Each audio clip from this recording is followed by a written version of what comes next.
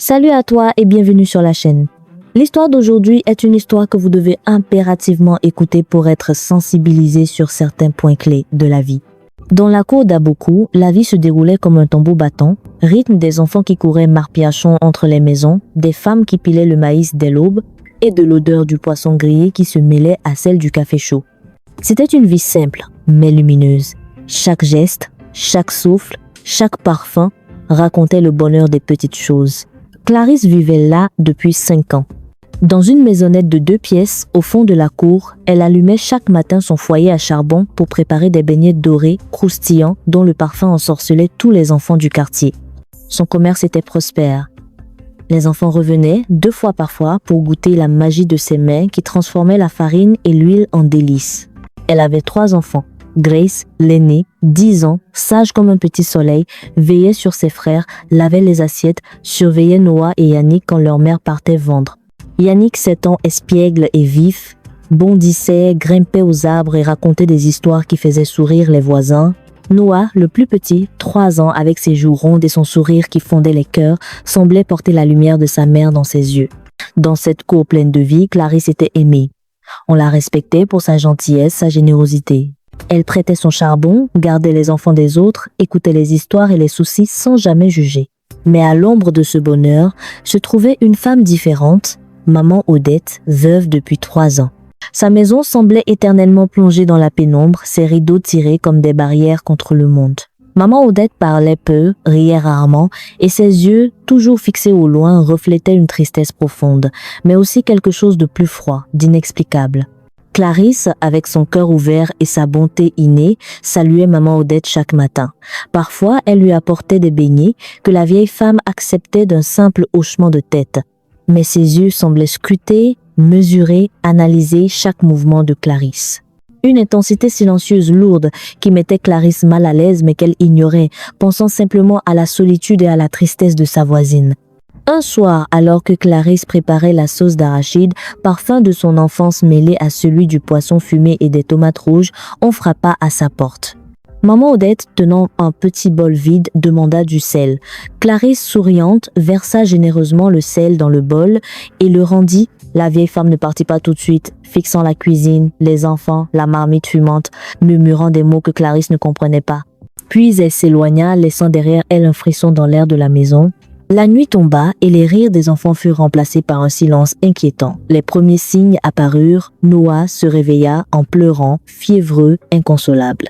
Les jours suivants, Yannick et Grace tombèrent à leur tour. La maladie les enveloppait comme une ombre invisible. Les médecins, avec leurs instruments et leurs analyses, ne trouvaient rien.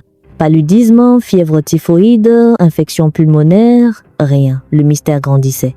Clarisse, épuisée, vendit tout ce qu'elle avait pour payer les médicaments. Elle dépensa ses économies, ses bijoux, ses souvenirs, mais les enfants dépérissaient. Leurs yeux perdaient leur éclat, leurs joues s'affaissaient et le rire avait quitté la maison. Grace, si vive et lumineuse, semblait une petite vieille. Yannick, toujours plein de vie, restait affaissé. Noah ne parlait plus, fixant le vide. Chaque jour était un combat, chaque souffle des enfants un rappel douloureux que le mal les rongeait lentement. Puis vint la nuit où Clarisse vit.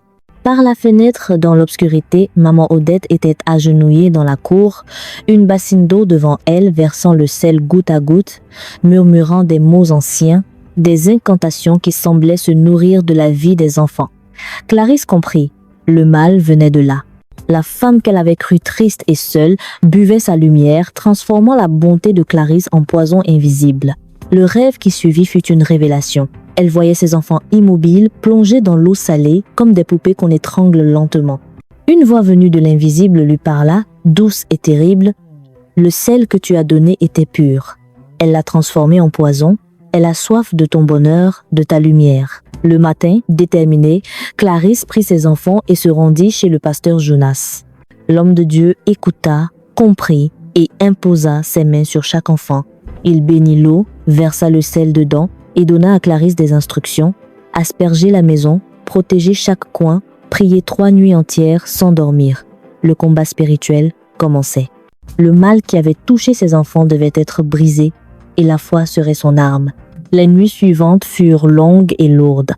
Clarisse, épuisée mais déterminée, priait, aspergeait chaque recoin, veillait sur ses enfants. Les pas de maman Odette, dans la cour, résonnaient comme des tambours sinistres, mais Clarisse résistait. Son cœur, guidé par la lumière divine, refusait de céder. Chaque jour, elle voyait ses enfants retrouver un peu de force, un peu de couleur, un peu de vie. La magie noire de maman Odette perdait du terrain face à la foi et à la détermination de Clarisse. Les semaines passèrent et les ombres s'éloignèrent. Les rires revinrent doucement, comme le souffle chaud du vent sur les pierres de la cour. Clarisse apprit que le mal existe dans le monde, mais que la lumière de la foi, de l'amour et de la détermination peut le repousser. Elle comprit que la bonté même exploitée reste une arme puissante si elle est guidée par le courage. Dans la cour d'Aboukou, les rires reprirent. Les enfants jouaient. La vie semblait normale. Mais Clarisse savait que chaque geste, chaque sourire était un combat gagné contre les forces invisibles qui rôdent. Et ainsi, l'histoire de Clarisse devint légende dans la cour. On racontait aux enfants que la mère qui protège ses enfants avec foi et courage est plus puissante que toute malédiction. Les beignets dorés de Clarisse, les jeux dans la cour, les prières au temple, tout devint un récit de bravoure et d'amour maternel, transmis de bouche à oreille, comme le font les griots, jusqu'à ce que le soleil se couche et que les étoiles brillent sur Aboukou, témoin silencieux de la victoire de la lumière sur l'ombre. Si cette histoire t'a plu, alors n'hésite surtout pas de t'abonner pour ne rien rater, car des prochaines vidéos pareilles arrivent.